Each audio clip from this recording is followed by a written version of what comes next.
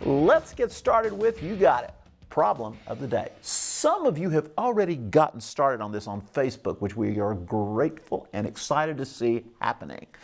Given the equation, and here it is, 3y minus 4x equals 6. Now folks, that's a linear. That's a straight line, by the way, because there's no exponents on the x's and the y's there. So they're all pretty well going to line up. Which points are on its graph? The choices are, and you've got 4 of them here. Notice that points has S in the parentheses. It may be a point, it may be more than one answer here. Choices we got, my goodness, are 6 and 9 as one coordinate. By the way, x comes before y, remember. Not necessarily in the equation, but it sure does when we name those ordered pairs. 0 and 2, also -9, -10, as well as 9 and -14. So it looks like we've got some options there. It's not so pressing that you have to come up with the answer. You've got to check these solutions and see if they work. So let's take a look at what we've got going on. Again, we started with this equation 3y minus 4x. I'm going to bring it down here so we can look at it.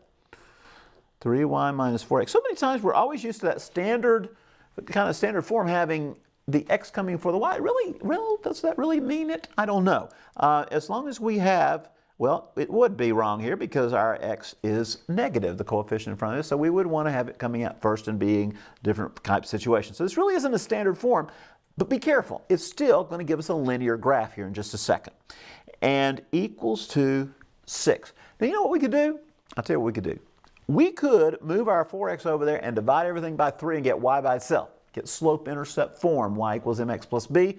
However, we can also take this form that we've got here and just simply substitute and check our numbers. Do we get 6 when we put in 6 and 9? Now, careful, careful, careful. As I said earlier, remember, this is y, that's x. So we got to remember when we put a substitution here, it's going to be 3 times, not 6, but 3 times 9. It's so easy just to ramp right through that thing. And you know, on ACT and SAT, you got to be careful you don't run right through something and see just a mistake in the x and y. Because you know what? They'll probably give you answers that are what we call distractors and that you go the wrong way. Oh, that's a good answer, you know. Well, it isn't. But in this case, let's see. Very important that we put in the right order. Again, we got 27 minus 24. Does it give us 6? I don't think so. I see 3. And 3 is not equal to 6. So guess what? That means say goodbye to 6 and 9. They are not one of your choices there that you want to use. How about 0 and 2? We always like zeros because they're so easy to substitute in multiplication, right? Any time 0 is going to give us 0. So let's go back to our little 3y minus 4x equaling to 6.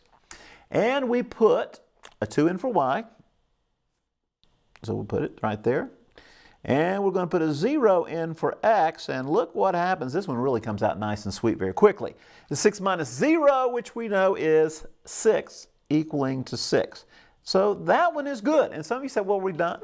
I put that little s on there because there may be another or maybe even 2 more. You never know.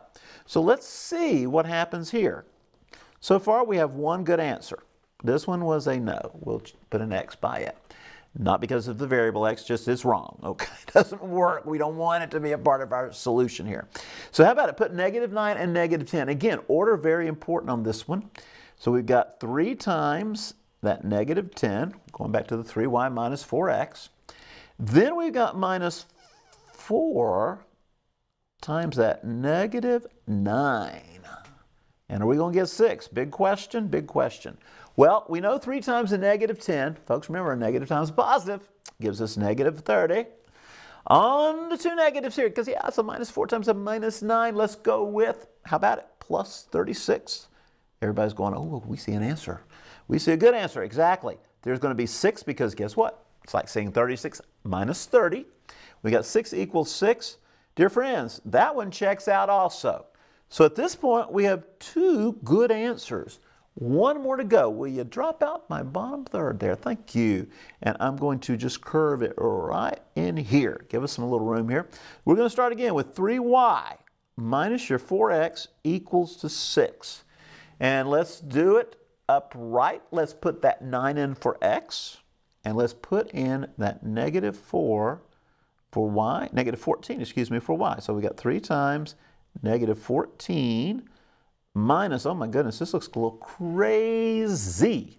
What did we get next? Minus 4 times 9 equaling to 6. Folks, this one's way out of the park. However, if we'd messed up on a sign anywhere in there, we might almost think we could get the right answer, especially if we do it right here. If we were to put a positive 14 by mistake, or to think that we get a positive when we take a negative times positive, we do not. We get a negative, what is that, 42, I believe, minus 36, way off on that one.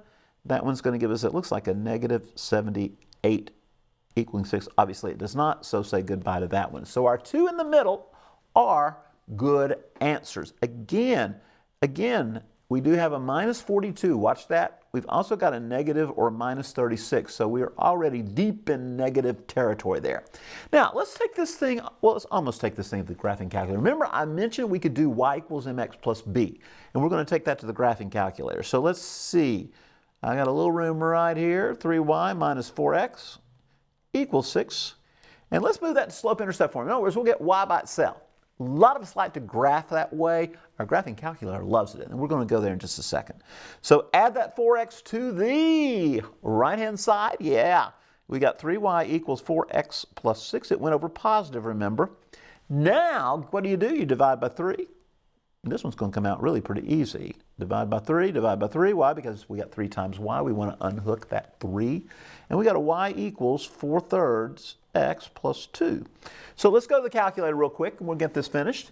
Going to type it, y equals, how about it, 4/3 x. So we have 4 divided by 3. Put an x in there. And then we're going to put a plus 2. And my goodness, see what we got? We got a line. That's what I promised, straight line. That is y slope-intercept form. And there we go. There is your y equals mx plus b moment. Now let's trace and let's check our points. First of all, we said that 6 and 9 did not work. Let's find out how badly they did or did not work. Put a 6 in the trace, enter. Boy, it was close, very close. It's a 10, but it should be a 9. So we were correct in our diagnosis on that one. Let's go with 0. Well, you know, I think we had 0 to begin with when we hit that trace button, did we not? Went straight to the intercept. That's what we've got again. So 0, 2 is excellent. It works very well. So put a big check there. How about it? One more here. How about negative? Actually, 2 more. Let's go with negative 9. Not subtract, but negative 9. Here we go. Push and enter. You got negative 10. That sounds familiar. It almost went off the page, right down there in the corner. But yep, it gives us negative 10. So your trace is working for you. That's a good solution. And last but not least, that one that we said, whoo, if you were off by a sign, we might have an interesting answer. Let's see where it ends up. We put in positive 9. And we end up with, a positive 14. So it was very close. It was off by a sign. So again, signs are very important. However, 14 is not where we want to be. We wanted to be at what? Negative 14. And that's a big difference. And that's your big problem of the day, folks. There you have it. A little bit of fun with it.